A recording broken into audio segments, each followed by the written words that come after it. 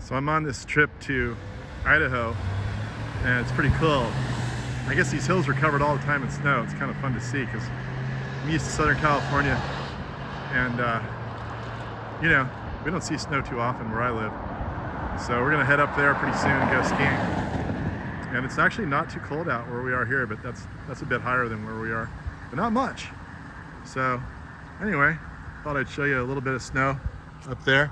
And what's weird about this place is that even though there's snow up in them there hills, there's mangoes growing in them there gardens.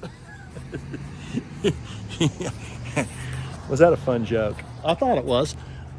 Yeah, there you go. Look at that.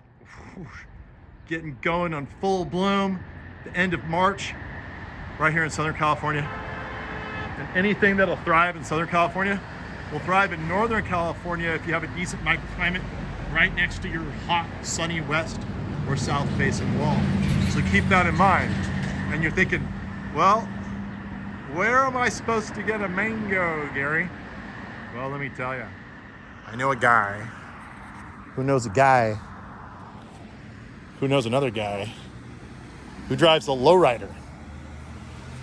It looks like an SUV, but it's actually a lowrider. Let me show you why it's a lowrider. Let me show you how this guy rolls. Mango police, open up. Oh my goodness. Are you kidding me? What the flying heck is going on? Valencia Pride. Oh, look, the very rare keys are. What else? What else is in here? Oh my goodness. Everybody wants an Alfonso. Oh, wait. Do I see an upside down Florigon? Oh, this is mango heaven. What the heck is going on? Yeah. You want mangoes? Or bananas? Or banana toothbrushes that I found on the ground? We got mangoes, baby. Woo! Even the named cultivars. Yeah, they ain't cheap, but there's a lot of work in making these things, putting these grafts together. And anyway, we're gonna have them. We're not gonna have them right away because it's still just a little too chilly to have them up north. So we're gonna wait a little bit here and then get them up maybe later in the summer. So you might want to put your order in because they're gonna be hot. And when they go, they're gonna go. But just imagine you can have one of these things in your front yard looking just like this. Might want to protect it for the bigger they get, the hardier they get. And this winter was probably the worst winter of all. They'll get little black spots on them, no big deal. No big deal. They even do that in Florida. I'm gonna go to Florida, I'll show you. So that's just part of the deal. If you grow them in inland hot climates, they'll have less of that spotting because that's a fungus. It's no big deal for the tree, but the more humidity you have, the more issue you'll have with that. You can probably spray for it, but I don't. But anyway, you want it in the hottest spot possible. It's gotta stay above 28 degrees, people. Let me reiterate, 28 degrees when it's young. You gotta if you don't keep it above that, it's gonna die. So do whatever you gotta do. You can put big water jugs underneath it. The water will act as a heat sink. It'll warm up to the median temperature of the day on a 25 degree night.